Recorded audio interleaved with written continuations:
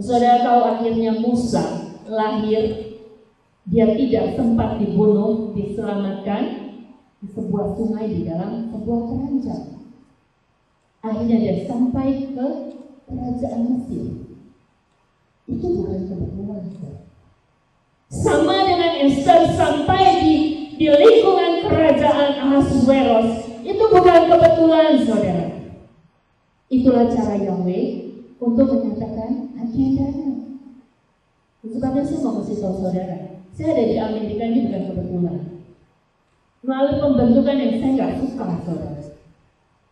Saya nggak suka, kalau saya disuruh milih, saya nggak suka dengan pembentukan ini. Bisa bersyukur, Roh Kudus saya biarkan memenuhi hati saya, memenuhi roh saya. Saya biarkan dia membentuk hidup saya. Saya melihat ada sekian banyak orang yang hidup di Amerika ini, membuka rohnya untuk dipenuhi oleh Roh Kudus. Mereka terima pembentukan. Mereka jadi harta kesayangan Yahweh. Mereka jadi umat pilihan Yahweh. Umat pilihan Yahweh itu bukan berbicara tentang harta duniawi yang fana. Umat pilihan Yahweh berbicara tentang kehidupan yang sempurna, kudus, dikualitaskan. Kita kembali ke Musa. Singkat cerita, Musa dipilih sebagai bangsa, sebagai seorang yang memimpin bangsa pilihan Yahweh. Ini kita buka pasal 15. Ini yang hilang dari kitab terjemahan yang ngawur. Keluaran 3:15.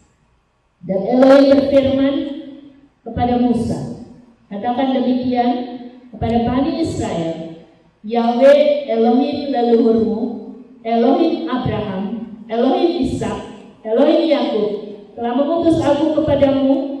Itulah namaku untuk selama-lamanya, dan itulah pengingat bagiku turun-temurun. Bapak itu ada banyak, saudara. Guru itu ada banyak, ibu itu ada banyak, tante itu ada banyak. Tuhan itu cuma satu. Kalau saudara mau terjemahkan jabatannya, yaitu Tuhan, saudara bisa terjemahkan menjadi El, menjadi Elohim, menjadi Eloah, menjadi Kurios, menjadi Theos, menjadi God, menjadi Tuhan. Ya. Tapi namanya cuma satu, yaitu Yahweh, yang artinya aku ada karena aku ada, bukan karena diciptakan. Aku adalah aku dan tidak ada yang lain. Itu sebabnya waktu dia turun menjadi juru selamat, menggenapi perkataannya yang dicatat di dalam Yesaya 43 ayat 11, dia gak mau ada nama lain yang dilekatkan di dalam dia. Dan sebabnya dia kirim dari surga. Matius 1 ayat 21 mengatakan, berikan nama bayi itu adalah Yeshua. Artinya dia yang menyelamatkan.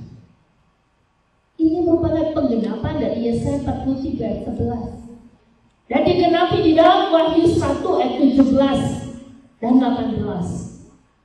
Ya, orang yang berdiri di tengah-tengah itu, di tengah-tengah kaki dia yang 7 itu, dia berkata, akulah yang memegang kunci surga, alam maut. Akulah yang awal dan yang akhir. Saudara, itu sebabnya Roh Kudus mau memenuhi roh kita, sehingga kita mencintai firman-Nya, kita tahu kebenarannya. Dunia mau kebalik, dunia mau gonjang-ganjing, Dia sudah tulis kebenarannya di dalam roh kita. Ketika kita baca firman-Nya, kontak, saudara. Ngeling. Sebabnya orang mau ajar pengajaran yang lain, orang yang bergaul dengan firman itu yakin. Bukan sok tahu, bukan sok benar sendiri, tapi firman itu mengurapi dia. Sehingga dia, wow, kebenaran ini yang saya cari.